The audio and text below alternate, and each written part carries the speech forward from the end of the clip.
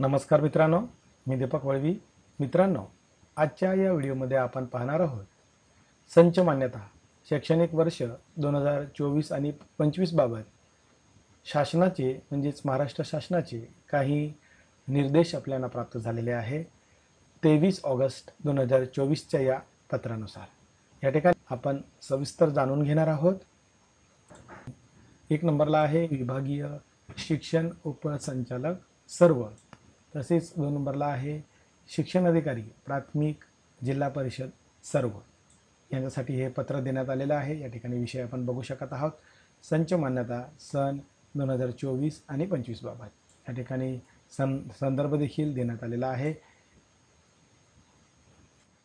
उपरोक्त विषयी माननीय उच्च न्यायालय खंडपीठ औरंगाबाद येथील रीट याचिका क्रमांक 2822/2024 व रीट याचिका क्रमांक 5472/2024 मधील दिनांक 12/6/2024 रोजीच्या आदेशान्वये माननीय न्यायालयाने रीट याचिका क्रमांक 2896/2024 मधील दिनांक 15/3/2024 रोजीच्या आदेशातील परिच्छेद 5 मधील निर्देशांच्या अनुषंगाने संदर्भीय पत्रान्वये शासनाने निर्देश निर्गमित केलेले आहे.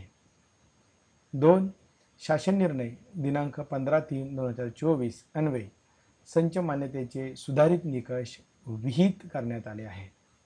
तसेच शासन निर्णय दिनांक 15/3/2024 अन्वये राज्यातील खाजगी अनुदानित अंशतः अनुदानित प्राथमिक माध्यमिक व उच्च माध्यमिक शाळा व अध्यापक महाविद्यालयातील व स्थानिक स्वराज्य संस्थेच्या शाळेतील अतिरिक्त ठरणारे शिक्षक व शिक्षकेतर कर्मचाऱ्यांच्या समायोजनासंदर्भात निर्देश निर्गमित करण्यात आले आहेत.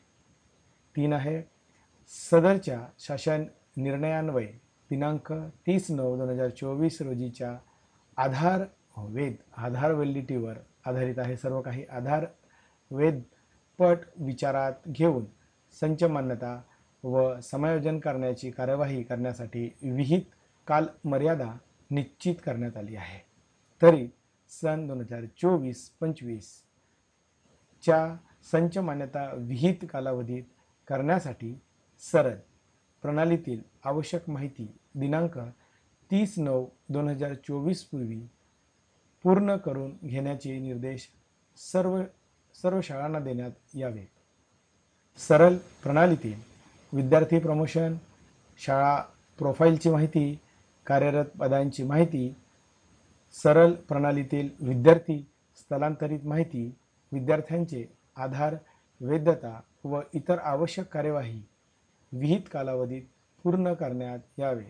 यामध्ये विलंब झाल्यास संबंधित जबाबदार राहतील याची नोंद घेण्यात यावी.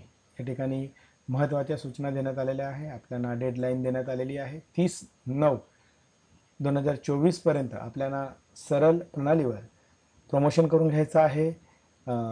आपली शाळेची प्रोफाईल असेल ती अपडेट करून घ्यायची आहे. कार्यरत पदे असेल ते देखील आपल्याला अपडेट करून घ्यायचे आहे. स्थलांतरित विद्यार्थ्यांची माहिती असेल आणि आधार व्हॅलिडेशन करणं खूप गरजेचं आहे. आधारावर आपल्या शाळेची संच मान्यता ही केली जाणार आहे असं या पत्रात नमूद केलेलं आहे.